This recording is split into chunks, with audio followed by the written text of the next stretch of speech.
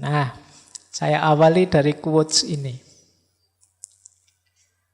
Selama kita tidak belajar mencintai makhluk Allah, kita tidak akan bisa mencintai kebenaran dan kita tidak akan mengenal Allah.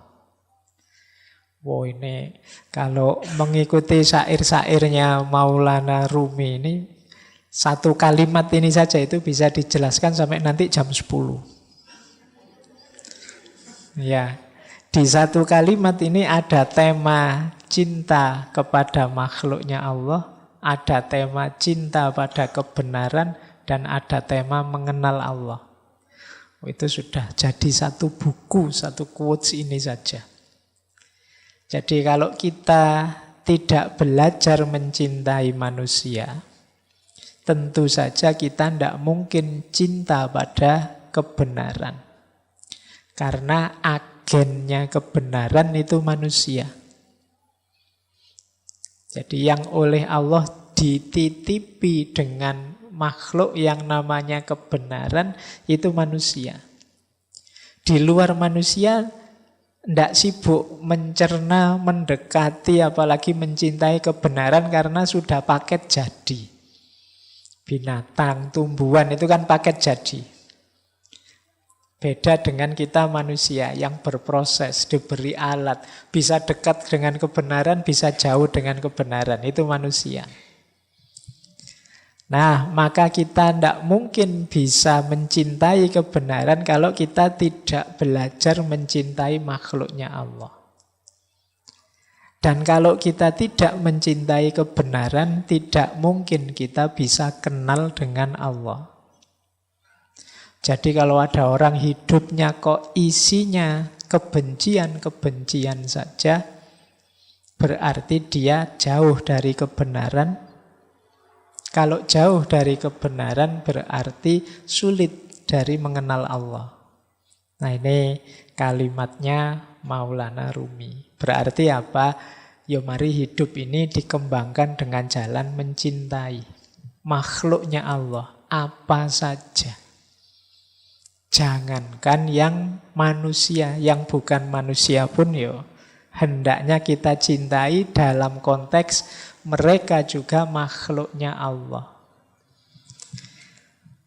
Kalau kita kan sering dalam hidup ini kadang-kadang ambisi dan kebencian kita lebih besar daripada cinta kita. Pak, kalau ada kejahatan, kalau ada keburukan, kalau ada apalah kemaksiatan dan lain sebagainya, apa harus kita cintai, Pak? Iya. Tapi yang dicintai bukan kok, Pak, saya cinta kejahatannya. Jadi orang baik, orang buruk kita cintai, cara kita mengekspresikan cinta tentu saja beda pada orang baik dan pada orang buruk. Kalau pada orang baik kita dukung, kalau pada orang buruk kita tuntun, kita nasihati. Kan begitu.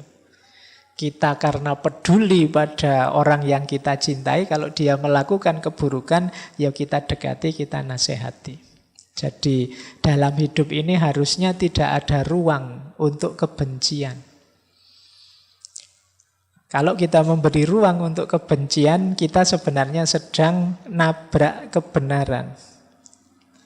Karena betapapun yang terjadi, yang kelihatan, yang ada, itu kan sebenarnya kalau memang benar terjadi berarti ketetapannya Allah. Kalau itu ketetapannya Allah, kita membenci fenomena, kita membenci fakta, kita membenci kenyataan, itu kalau pakai kalimatnya bahasa Indonesia kan berarti sama dengan membenci ketetapannya Allah.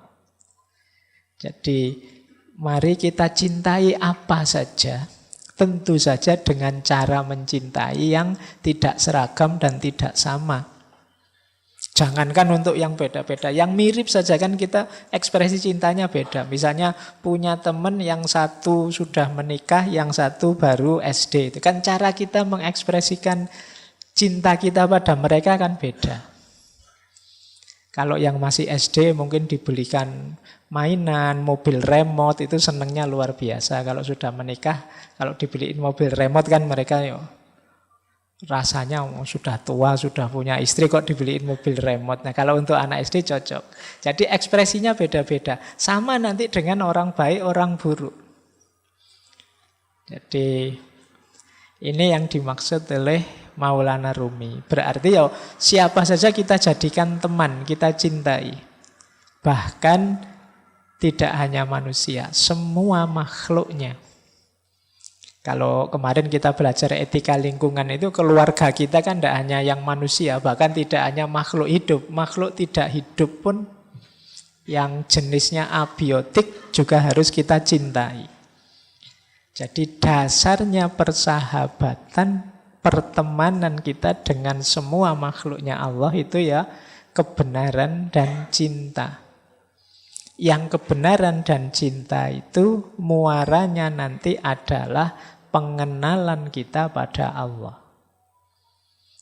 Jadi persahabatan kita nanti hakikatnya adalah jalan kita untuk lebih dekat mengenal Allah.